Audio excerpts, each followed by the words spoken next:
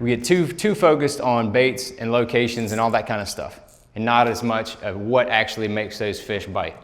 Now, one thing I was going to tell you real quick is that if you're familiar with the 7 habits of highly effective people, and the 7th habit is called Sharpen the Saw, which means the story is that the guy's sawing like crazy trying to cut this tree down, and he's sawing and he's sawing and he's sawing, and he's working real hard and he's sweating, and he's like, man, I can't take a break, I got to get this tree down, I got to cut it down. He's cutting, sawing and sawing and sawing.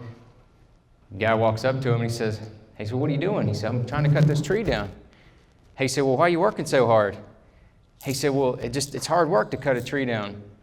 He said, well, when was the last time you sharpened that saw? The guy said, man, I don't know. So you make sure that you're not out there working your butt off and trying to figure everything out without taking a step back and figuring out what's really important. If that saw was sharp, he'd already cut that tree down, in half the time. So that's kind of what we're doing here. It's kind of taking a step back and looking at it. And then so we're going to look at the big picture, what is really important to those bass.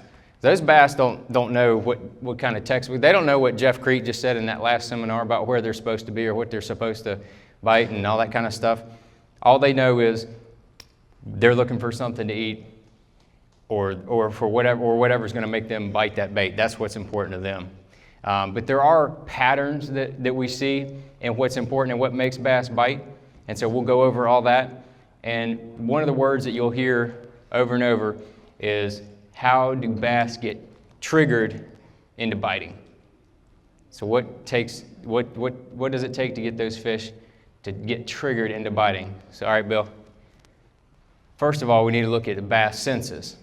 If we're going to figure out how, what it takes for them to bite, we need to take a look at what are their senses? What do we need to appeal to? How are they going to find and eat those baits?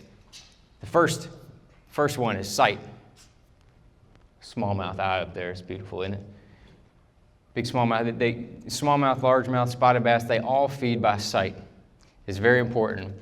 Bass see different than we do in the water. So if we can see, let's say, 3 feet in the water, the bass can see further than that. Now, I don't know how much further that is, but I know they see differently. They can see further than we can. I know they can see colors, but I don't know exactly to what extent. But I know they can see different colors. I feel like that bass's eyes are very good at seeing very small movements. I do know that. They're very good at seeing small movements. So that is also important when we're thinking about the senses and how they see things. So what else is there? There's this lateral line network over here that's kind of drawn in pink on the bass.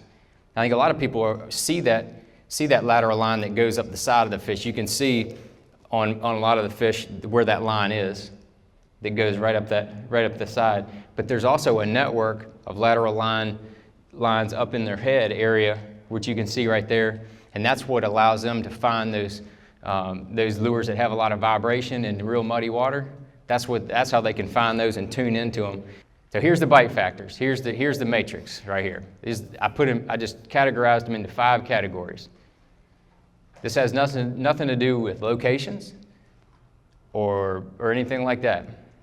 This is strictly about when you put a bait in front of a fish, what's going to make it bite. Number 1, far and away, is action. This is the key to get any bass to bite. Without it, you're not getting a bite. Because I can take, this is for example, I can take the right action and the wrong color, and I can still catch fish. If I can choose the bait and you choose the color, I don't care what color you choose, I promise you I'll still catch fish on it. But if it goes the other way around, and you just take a stick and you shave it off, and it's got 0 action, and you paint it up to look like the most beautiful bait fish you've ever seen, they're still not going to touch it. Because if it doesn't have any action, it gives them no incentive to bite. So action is far and away. We'll go over that more in depth in just a minute. Size is often an overlooked factor. We've got super tiny baits. We got medium-sized baits, and we got large, extra large, and we got El Grande baits. Got giants. Looks like tennis shoes out there. We'll go over that here more in a minute. and we go over and we got sound.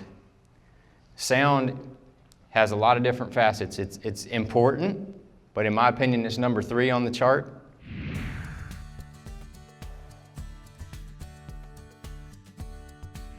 Welcome to Bass University TV, an online video training course where you'll learn champion bass fishing techniques from pro anglers Pete Gluzek, Mike Iaconelli, and their talented special guests. From on the water to in the classroom, you'll learn sound techniques and strong fundamental bass fishing skills. Watch hours of video content on multiple topics at your own pace for a low monthly fee. Cancel at any time. Information is power in the sport of fishing, so learn from the very best. Subscribe to Bass University TV today.